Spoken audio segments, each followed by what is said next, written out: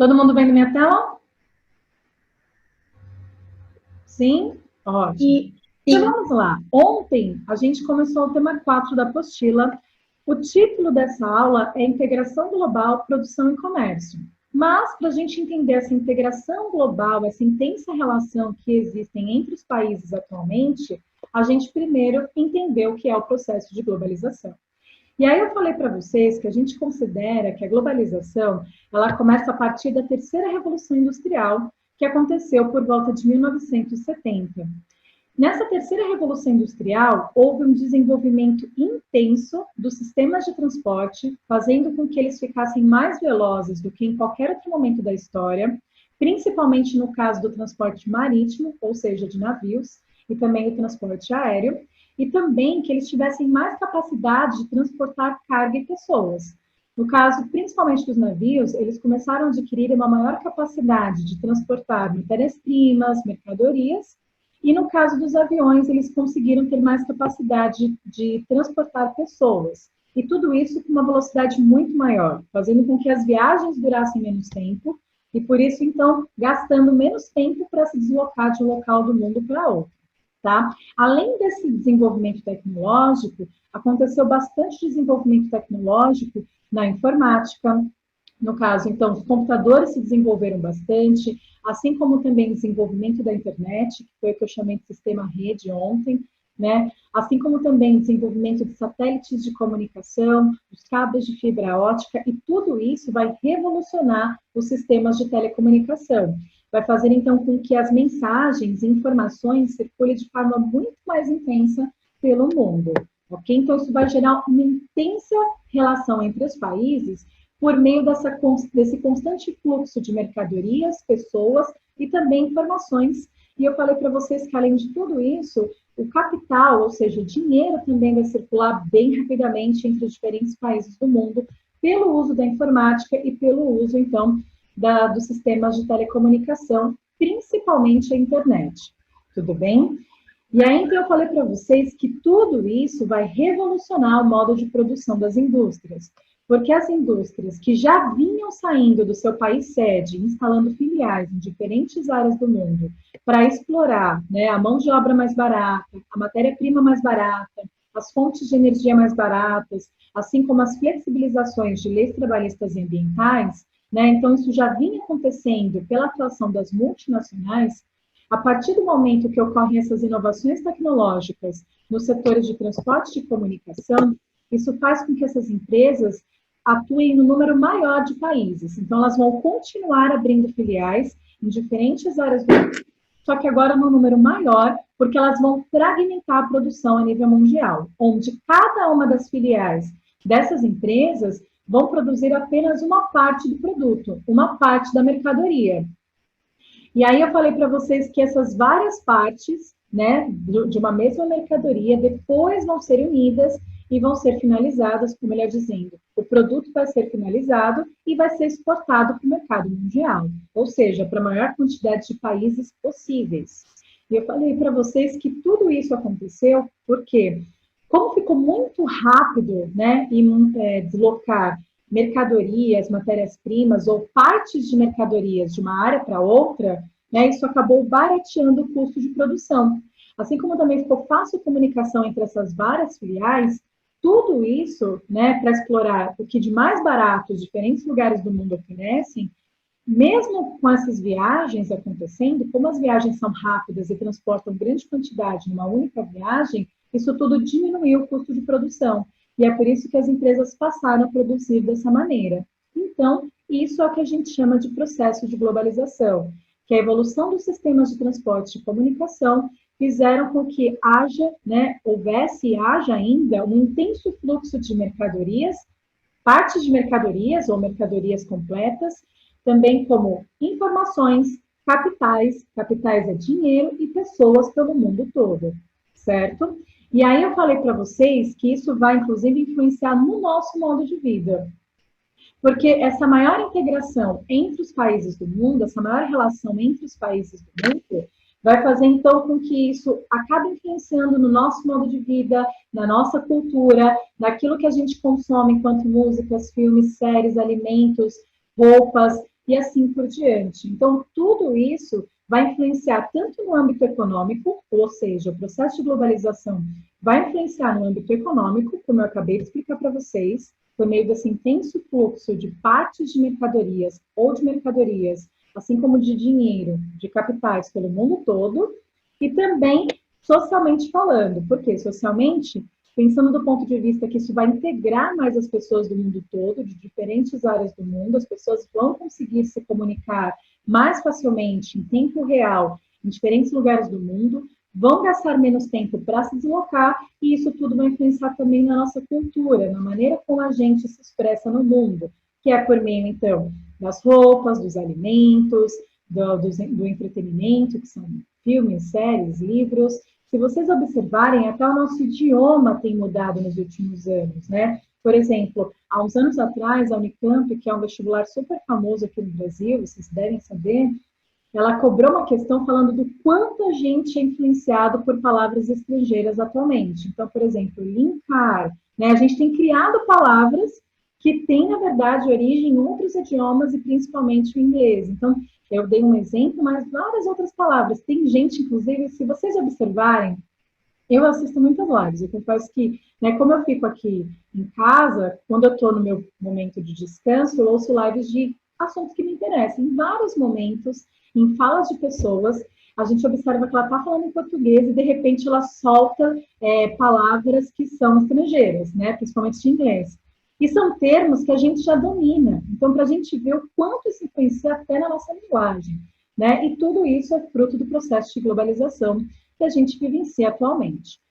Tudo bem até aqui? Sim? Então, essa parte da apostila fala dessa dispersão, né, industrial que eu acabei de retomar com vocês. E aí a videoaula que eu deixei para vocês, ela começava a partir daqui, que é o seguinte: conforme foi acontecendo avanços tecnológicos nos sistemas de transporte e comunicação, não quer dizer que só esses setores sofreram avanços tecnológicos.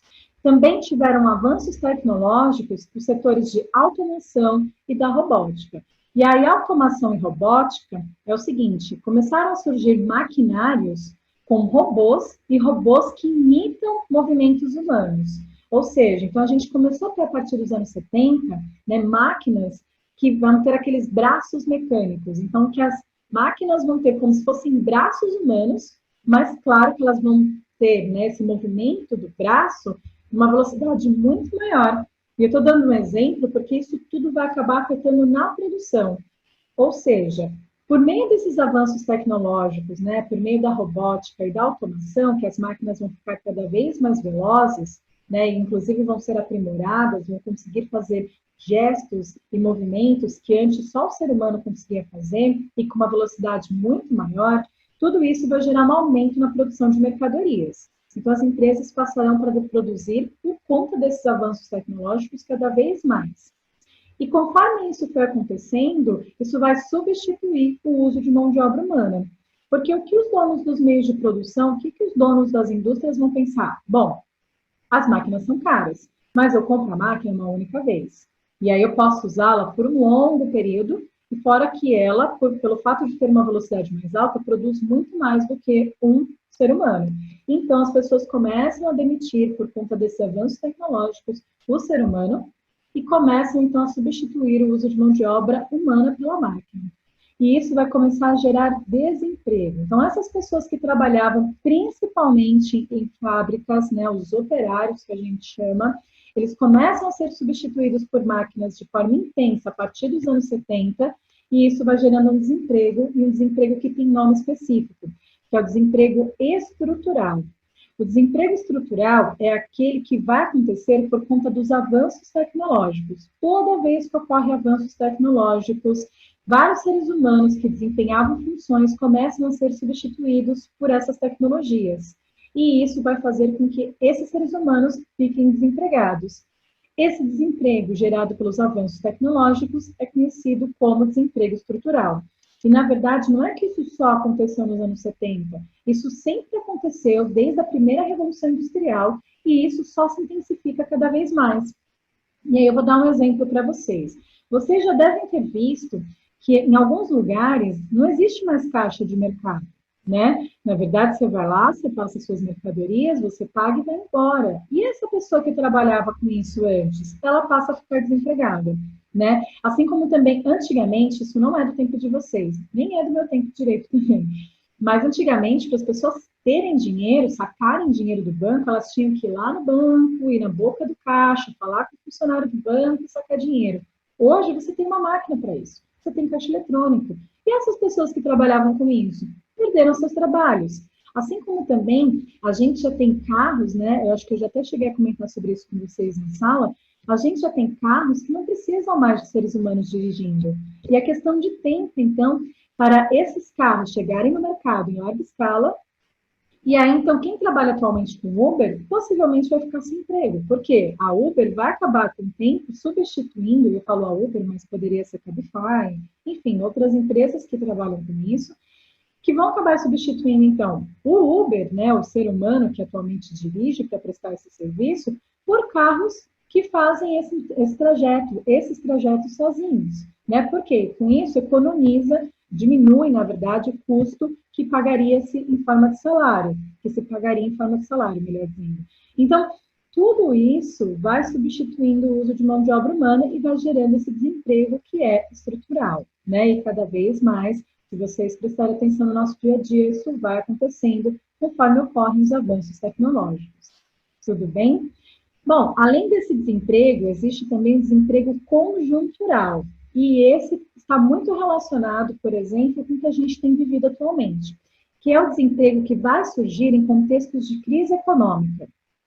Então, toda vez que acontece crises econômicas, o que acontece? As pessoas passam a consumir menos, porque elas ficam com medo, né, de faltar emprego, faltar dinheiro, então elas começam a economizar.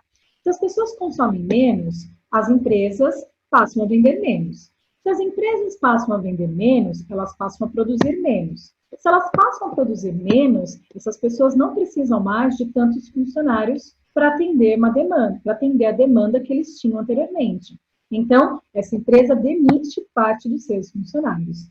Essas pessoas desempregadas passarão a consumir menos. Então, isso vai afetar outras empresas, né, que vão acabar, então, tendo que produzir menos, e por isso também vai demitir parte dos seus funcionários. E aí, essas pessoas passam a consumir menos, e isso vai afetando todo o ciclo econômico, todas as relações econômicas como um todo. Então, o desemprego conjuntural ele sempre surge nesse contexto de crise, né? Porque as pessoas passam a consumir menos, então as empresas passam a produzir menos, elas demitem por isso parte dos seus funcionários, e isso então vai virar um efeito dominó, porque essas pessoas desempregadas consumirão menos, isso vai afetar outras empresas, outros profissionais que trabalhavam para essas empresas, e assim por diante. Tudo bem até aqui, galera? Tá claro? Sim. Sim? Sim. Então tá. E aí, eu comecei a falar para vocês, ainda no finalzinho da videoaula de ontem, a respeito do comércio internacional. Então, é o seguinte, né? Entre os séculos 20 e 21, né, alguns países começam a se destacar, né, nesse fluxo intenso de mercadorias, informações, capitais pelo mundo afora, pelo sistema de globalização, principalmente países desenvolvidos. E por que esses países passam a se destacar na economia mundial em comparação com os países em desenvolvimento, que é aquilo que a gente já aprendeu como países subdesenvolvidos? Porque esses países, eles têm melhor infraestrutura, quando a gente pensa do ponto de vista tecnológico, e além disso, as empresas desses países, em geral, produzem produtos industrializados e produtos industrializados de alta tecnologia. Então, esses países, eles vão acabar se destacando na economia mundial e a partir deles tem um intenso fluxo de mercadorias, mas porque eles têm melhor infraestrutura em relação à informática, a sistemas de comunicação, sistemas de transporte, e além disso, o tipo de mercadoria que eles produzem são valorizadas a nível mundial, que são produtos tecnológicos. Então, esses países acabam meio que comandando os fluxos de mercadorias, né, pelo mundo todo. Então, esses países que, no caso aqui, está falando de América do Norte, mas não é a América do Norte inteira, por exemplo, não é o México. vai ser Estados Unidos e Canadá. Dentre os dois, principalmente os Estados Unidos. Aqui fala da Europa, mas não é a Europa toda, é a parte ocidental da Europa, a parte oeste, que foi aquela parte, então, que se manteve capitalista durante a Guerra Fria. Isso é importante para a gente lembrar, né? Então, países como Alemanha, França, Itália, Inglaterra, né? Esses países acabam se destacando nesse fluxo comercial. E também países da Ásia, mas não são todos os países da Ásia, né? Aqui merece um destaque o Japão, e nos últimos anos a Coreia do Sul. A Coreia do Sul, então, ela tem produzido bastante tecnologia. A partir dos anos 70, sobre Ásia, vocês vão estudar melhor ano que vem com a Beth, porque tiveram os tigres asiáticos, e atualmente nós temos os novos tigres asiáticos. Depois vocês vão entender melhor o que é isso. Mas o Japão, desde 1850, desde quando ele começa a sofrer abertura econômica, porque o Japão, por muitos anos, ele foi como se fosse um feudo, até o século XIX, e quem forçou o Japão a se abrir para a economia mundial, para receber mercadoria estrangeira, foi os Estados Unidos. Só que a partir disso, eles passaram a produzir mercadorias, principalmente produtos tecnológicos, e isso vai fazer com que eles se tornem um país desenvolvido, tá? Mas esse mesmo processo foi feito por outros países da Ásia. No caso, a partir dos anos 70, Coreia do Sul, Singapura, Taiwan, Hong Kong, fazer esse mesmo processo. E mais para frente, mais para os anos 90, outros países asiáticos vão fazer isso. E aí, então, nas últimas décadas, um país da Ásia que tem se destacado também nessa questão econômica é a China. E aí, sobre a China, eu já vou falar um pouquinho melhor daqui a pouco. Então, o exercício, ele pedia para você analisar esse gráfico aqui ao lado e você identificar quais países se destacam nas exportações de mercadorias, né? E aí é só olhar as 3 primeiras barras da esquerda para a direita. São países como China, a União Europeia, que na verdade a União Europeia não é um país, né? É um conjunto de países europeus, né? Eles formam um bloco econômico que juntos aí são responsáveis por toda parte. Gente, por gentileza, deixa o microfone no mudo, tá?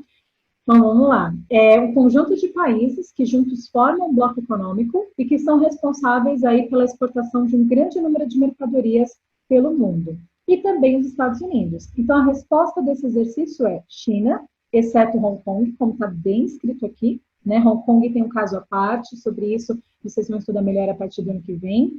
A União Europeia, que a gente já entendeu que não é um país, na verdade é um conjunto de países. Atualmente, a União Europeia é formada por 27 países. Antigamente eram 28, atualmente é 27, por conta da saída do Reino Unido, né? E os Estados Unidos. Então, a resposta aqui são esses 3 países, tá? No caso, países, vocês entenderam que a União Europeia não é um país, mas você vai colocar como se fosse. Tudo bem? Até aqui tá claro, galera? Sim. Sim? Ótimo. Então, vamos lá, né? Como eu disse para vocês, um país que tem crescido muito economicamente nos últimos anos é a China.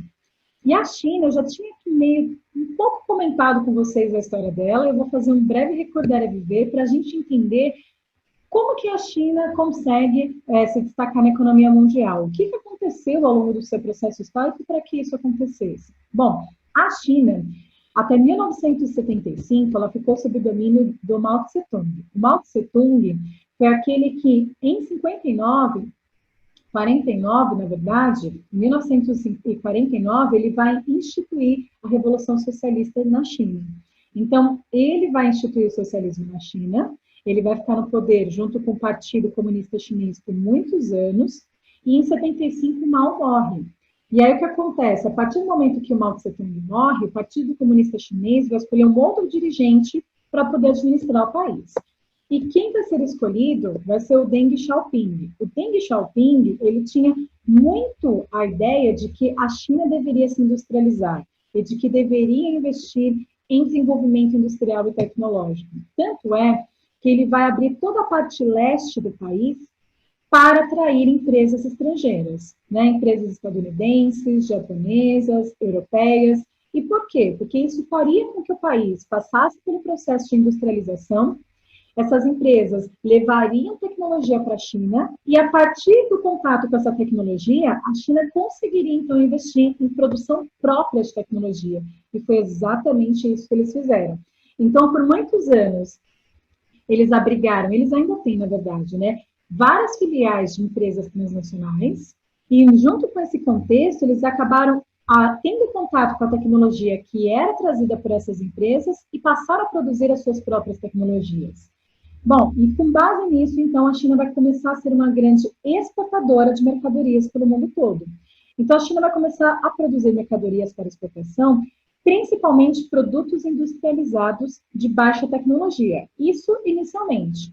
E com o tempo, ela passará a investir em produção de tecnologia e ela passará também a exportar produtos industrializados de alta tecnologia, que é o que tem acontecido mais recentemente.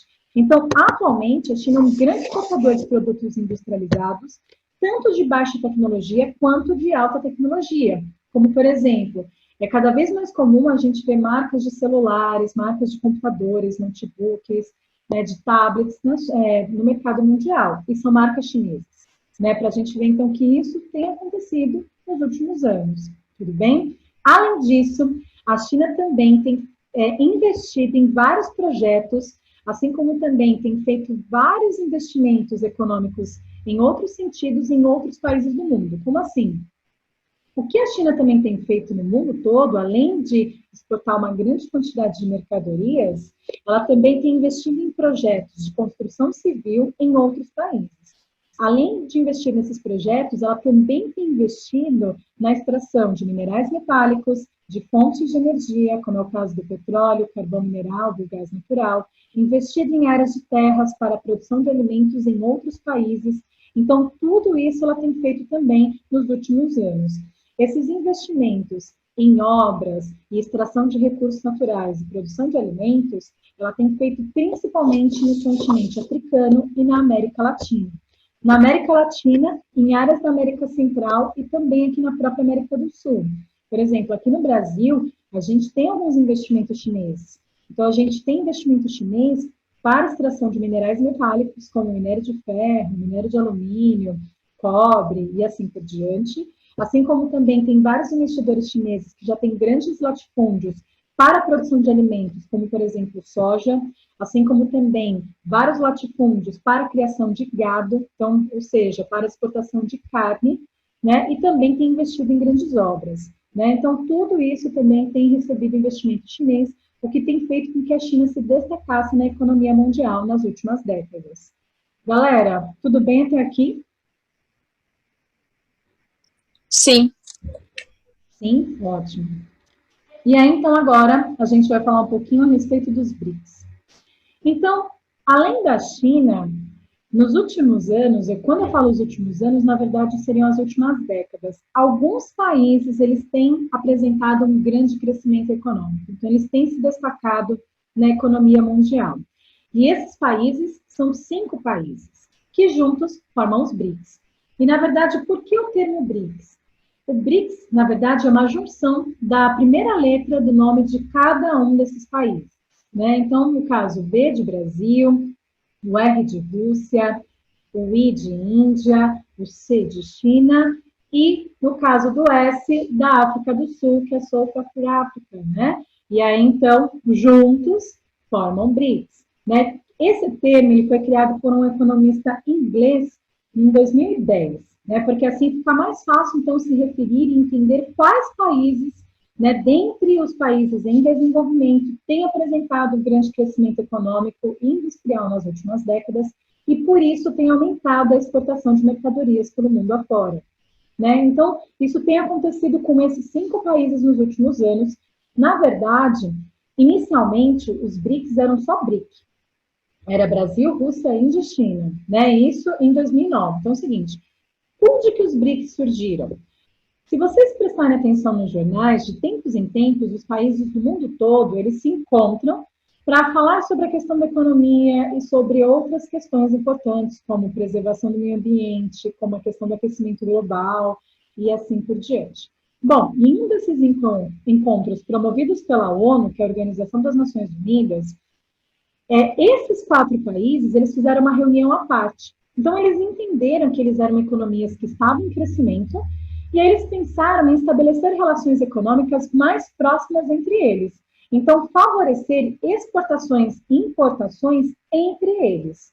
E aí, então, eles fizeram uma reunião, né, num dia à tarde, E aí, a partir daí, saiu o BRIC. E aí, então, o BRIC surgiu exatamente para que Brasil, Rússia, Índia e China, né, exportassem e importassem mercadoria entre eles, porque isso promoveria mais crescimento econômico entre esses 4 países. Mas o que aconteceu é que também a África do Sul foi apresentando um crescimento econômico a partir de 2009. Na verdade, isso já vinha acontecendo, e em 2009, então, a partir de 2009, 2010, ficou mais forte. E aí, o que acontece em 2011, então, a África do Sul foi atribuída a esse conjunto, e juntos eles formam os BRICS. Então, como eu estava dizendo para vocês, os BRICS não é um bloco econômico, já disse isso algumas vezes. Na verdade, eles são um conjunto de países em desenvolvimento que têm apresentado um grande crescimento econômico nas últimas décadas e que, por isso, fizeram parcerias de importação e importação entre si, para poder favorecer a economia desses países e gerar mais crescimento econômico. E o que esses países exportam e importam entre si? Produtos primários, como, por exemplo, minerais metálicos, minério de ferro, minério de alumínio e assim por diante. Também alimentos, como soja, carne, entre outros, né? E também produtos industrializados, né? Produtos industrializados, existem artigos tecnológicos produzidos, então, por alguns países que são exportados para outros, assim como também produtos que não demandam tanta tecnologia. Então, são produtos industrializados, mas que não demandam tanta tecnologia. Tudo bem? E esses 4 países, então, têm estabelecido relações mais próximas, pensando do ponto de vista econômico, e não só econômico, tá? O que esses países também fizeram, por volta, né, de 2010 em diante, foi investir em projetos de produção de conhecimento científico e tecnológico. Então, por exemplo, Brasil e Índia, né, junto com outros países, como China, fizeram parcerias para que estudantes fossem fazer intercâmbio entre esses países. E fazer intercâmbio, né, com projetos de pesquisa científica e com o intuito de produção de tecnologia. Tecnologia ou também otimizar algumas áreas. Que áreas? Não são todas as áreas que os BRICS investem, são algumas áreas de interesse em comum entre esses países, como, por exemplo, o setor da saúde, o setor da energia e a produção de tecnologia. Então, naquela época, eu falo naquela época, em 2010 em diante, as universidades, principalmente públicas, né, existia um programa chamado Ciências Sem Fronteiras.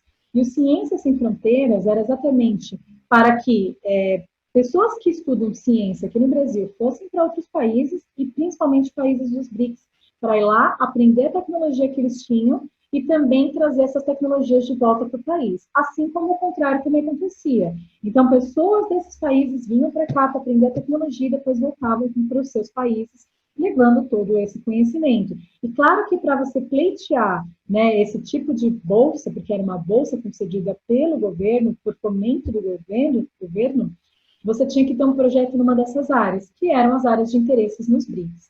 Em 2016, os BRICS cogitou inclusive de começar a fazer investimento no âmbito cultural, ou seja, na produção de músicas, filmes, né, e assim por diante. Só que isso acabou não acontecendo, mas, além disso, eles acabaram, inclusive, pensando em fazer um banco, em criar um banco que fizesse empréstimos financeiros entre os países que juntos formam os BRICS, e com uma taxa de juros muito menor do que o FMI cobra, e também com a não imposição de uma série de condições e restrições que o FMI também faz ao fazer empréstimos a outros países. Então, esse grupo de países, né, eles estavam crescendo muito. Aí, a partir de 2017, isso vai começar a diminuir um pouco, por várias razões, mas, né, o Brasil ainda faz parte dos BRICS, junto com esses outros países. Certo, galera? Tudo bem até aqui? Sim. Sim, Lara. Alguém tem alguma pergunta? Não. Obrigada. Não? Bom, legal. Então, só uma coisa que eu quero complementar que tem a ver com coisas que a gente já estudou. Conforme, então, esse conjunto de países foi apresentando um crescimento econômico e também foram realizando investimentos uns nos outros, isso também promoveu um desenvolvimento social. Desenvolvimento social pensando do ponto de vista, né, do maior acesso a saneamento básico, a uma moradia um pouco de melhor qualidade, acesso ao atendimento médico hospitalar, acesso a escolas, porque conforme foi acontecendo esse desenvolvimento econômico nesses países, isso foi gerando um processo de urbanização, ou seja, a transformação de uma área natural em uma área urbana. E nas áreas urbanas, como a gente já aprendeu, é mais fácil o acesso da população a esses elementos, o que tem gerado uma melhoria na qualidade de vida das populações desses países. Mas esse é um processo que está em desenvolvimento e, claro, mesmo vivendo em áreas urbanas, as áreas urbanas, elas têm uma série de problemas. Então, não necessariamente todo mundo tem acesso a esses elementos, mas várias pessoas passaram a ter, o que tem promovido uma melhoria no IDH dessas populações. O que o IDH é? É o Índice de Desenvolvimento Humano. E o IDH, ele é um indicador social que mede a qualidade de vida das populações.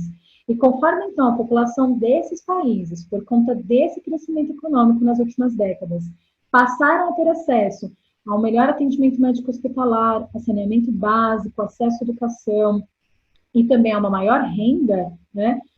Tudo isso, e a renda, no caso, renda per capita, vamos lembrar, que é o PIB do país dividido pela população.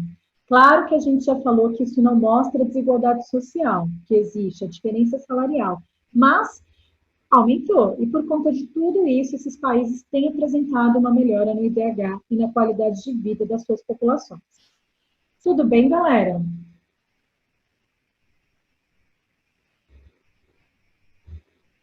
Sim. Sim? Ótimo. Pessoal, então, a gente finaliza agora o tema 4 da apostila 2. Na sequência, eu quero que vocês façam os exercícios das páginas 35 a 39. Façam com bastante dedicação, atenção. Se precisar, volta na matéria da apostila, releia, ou melhor, leia, né? Leia e releia, caso alguém já tenha lido. Porque por mais que eu explique, a leitura não substitui, ou melhor, a aula não substitui a leitura. Um é complemento do outro. Então, é muito importante que vocês leiam também.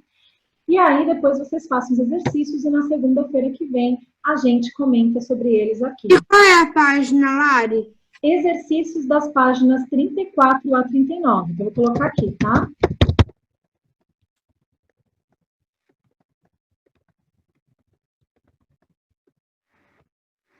Aqui no chat, então. Tudo bem? Ô, Lari. Oi. A gente vai passar para a próxima apostila já, tipo, ou não?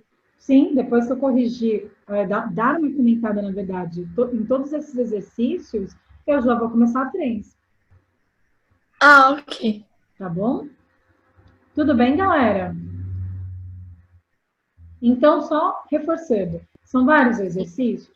São. Semana que vem eu vou dar uma breve comentada em cada um deles, e aí depois eu deixo as respostas no blog. E aí vocês têm que ir lá, entrar, conferir, né, corrigir, tudo bonitinho.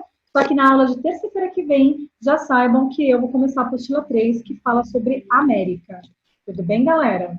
Vai começar a falar sobre a América, na verdade.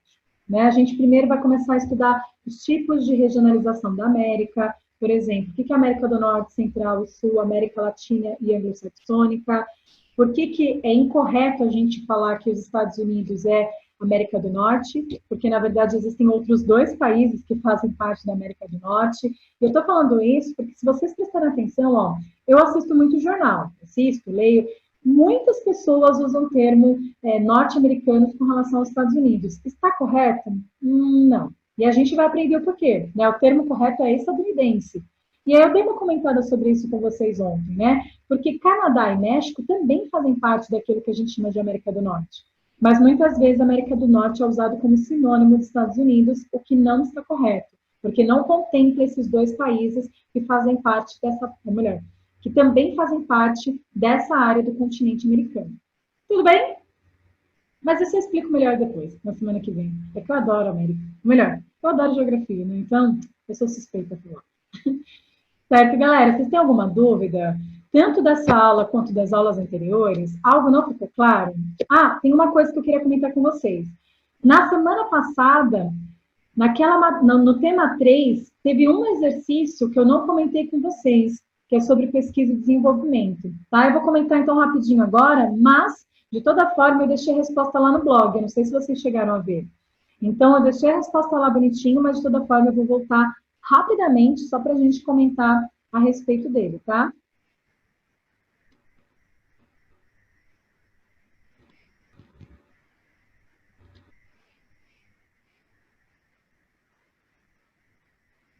Ah, só para vocês se situarem. Esse daqui, eu cheguei a corrigir com vocês, tá? O que eu não corrigi com vocês aqui na transmissão ao vivo foi esse daqui, tá? Então, vamos lá. Eu vou dar uma breve comentada, mas a resposta já está lá no blog desde a semana passada, tá bom? Junto com o link da gravação da aula. Que nível de desenvolvimento econômico tem a maior parte dos países com grandes investimentos em pesquisa e desenvolvimento? Bom, que nível de desenvolvimento econômico esses países são considerados como países desenvolvidos? Então, a gente tem uma comentada. Os países que são considerados como desenvolvidos, eles apresentam grandes investimentos em produção de conhecimento científico e tecnológico, ou seja, em pesquisa e desenvolvimento, e eles também possuem PIBs elevados, certo? Então, você pode colocar aqui países desenvolvidos, que no caso, inclusive, possuem PIBs elevados, além desses grandes investimentos em pesquisa e desenvolvimento, tá? Em sua opinião, como os incentivos em pesquisa e investimento contribuem para o desenvolvimento dos países? Bom, a partir do momento que o próprio governo do país investe em produção de pesquisa e desenvolvimento científico e tecnológico, isso faz com que as empresas daquele país passem a ter acesso a isso. E se essas empresas passam a ter acesso a esses conhecimentos científicos e essas novas produções tecnológicas, elas passam a produzir esses produtos e exportarem esses produtos pelo mundo. Então, elas aumentam a sua taxa de lucro por conta dessas inovações que foi feita não só por ela, mas com o investimento do próprio país. Então, tanto está ganhando a empresa quanto o próprio país, porque a partir do momento que as empresas desses países passam a exportar produtos tecnológicos que têm um alto valor, as empresas ganham e o país ganha junto, porque isso aumenta o PIB do país também, tá? Então, no caso, contribui, né? Por que acaba sendo importante? Porque isso acaba, então, gerando um aumento de PIB também para o país. Todo mundo entendeu? Essas respostas estão lá no blog, eu só estou comentando para não passar em branco. Beleza, galera? Tranquilo? Todo mundo entendeu? Outra coisa que eu queria Tranquilo. Rai, é assim, você está com dúvida? Não, Luísa, que eu queria perguntar um negócio. Ah, não, tudo bem, que eu vi a Rai se mexendo, desculpa. Fala. Não, é que você disse que a gente vai começar o livro 4. Não, 4? livro 3. 3, desculpa. Livro 3, já direto na semana que vem? Então, só precisa do livro 3 semana que vem? Ou tem que trazer o 2 para a gente fazer a correção? Então, ó, lembra que a gente tem 2 aulas ao vivo, né? Segunda vai ser a correção. Na terça que eu vou começar o livro 3. Ah, tá bom, tá bom. Tudo bem? Alguma dúvida, angústia ou aflição? Não? Galera, então, depois, mais tarde, lá no blog, eu coloco o link da gravação dessa nossa aula, junto com os exercícios que é para vocês fazerem. Mas, reforçando, exercícios das páginas 34 a 39 da apostila 2. Beleza? Eu vou encerrando a nossa aula, que falta 1 minutinho, e na sequência eu tenho aula com o oitavo A, que inclusive algumas pessoas já estão... oitavo B, que inclusive algumas pessoas já devem estar entrando. Então, galera, um beijo para vocês. Não deixem de fazer os exercícios e a gente se vê na semana que vem, ok? Tchau, Larissa. Tchau, gente. Se cuidem. Tchau, Lari.